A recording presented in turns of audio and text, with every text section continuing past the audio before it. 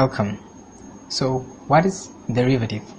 Well, derivative is the rate of change of a dependent variable with respect to an independent variable, and this relation is basically what a function is.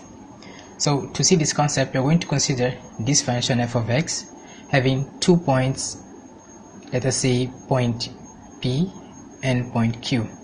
So it says as basically is the rate of change, how much it changed on x axis and how much it changed on the y-axis, and this amount of change is called delta for variation, which can be delta y or delta x. Well, delta y is y2 from the second point minus y1 point. Same thing is applicable for x as we are going to have. Well, because this function is a linear function, what happens is that this relation between P and Q, this rate of change, even if these points were, let us say this point over here we can call as K, and in Q we can even give another point T, well, the relation between all these points lying the line is going to be the same. So this is the slope of the line, which we're going to call as S, which is delta y by delta x, the rate of change of y into the rate of change divided by the rate of change of x, which can also be said y2 minus y1 by x2 minus x1. Well, it's clear from this point that as y is dependent, it can also be expressed as y f of x. So y is f of x. Well, this is pretty much all we have. The rate of change is going to be the same because of the nature of the function, but this should not give us conclusion to understand what derivative is. So for that matter, let us consider now a function. We are going to call it again as f of x, and this function over here, it has a different behavior. We cannot assume that this function, having for example a point over here and another point over here, they are going to have the same behavior. It's not possible. But if you consider still 2 points P and Q, and we want to know the behavior of the rate of change of this function between these 2 points, we can also call it as delta x for horizontal and delta y for vertical direction. Well, it still doesn't give us the relation between these 2 points in terms of variation or rate of change. So we're going to consider a secant which is going to pass from P to Q. That's going to help us. So we have one region over here which is below and another region which is above, which is the function. Well, now imagine that slope is the rate of change of y and the rate of change by the change in x. So, and if instead of wanting to know this rate of change between the P and Q, we want to know between P and any other point which is the closest as possible from P, this is going to give a relation which is way more closer to the previous function than this function that is a curve, not a line. And hence, what you're going to do now, we're trying to push this Q to get as close as possible. So Q will be first here, will be here, and it's going to move likewise. This movement will happen till the moment in which our P will start to trace, our Q will trace a new line. It will rotate till the moment that it will become a line like this, and you can call this line as line T. Well, T is the result of moving this Q along the function until it becomes tangent.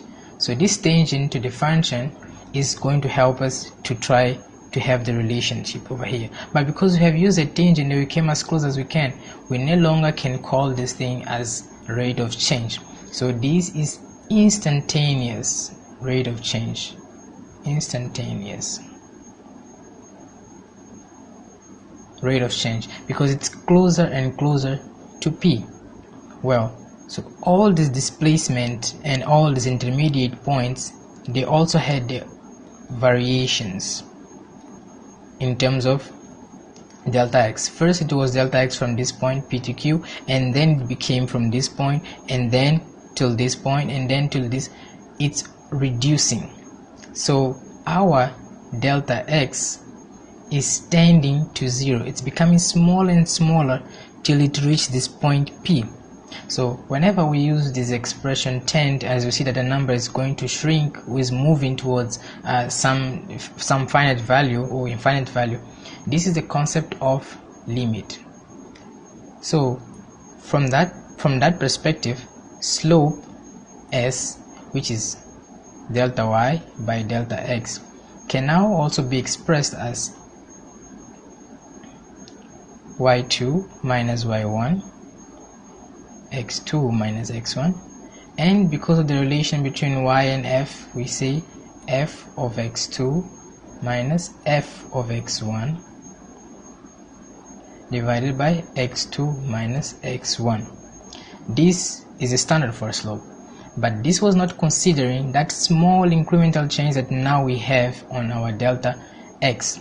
And now because of that, this expression becomes S is equal to limit of f of x2 minus f of x1 divided by delta x, which is the rate of change of x, when delta x tends to 0. Why it tends to 0? Because it's coming closer and closer to this P, and then this delta x is becoming smaller because it's moving in this direction, so it's becoming smaller, considering this starting point 0, and this is the final point that we can call now as x2.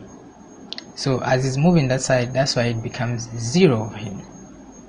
Well, x2 itself is equal to this distance that we have till here, which you call x1, plus the delta x. So x2 is x1 plus delta x. So we are going to replace this on the slope. So we have limit when delta x tends to 0 of f of x1 plus delta x plus minus, this becomes minus f of x1 divided by delta x.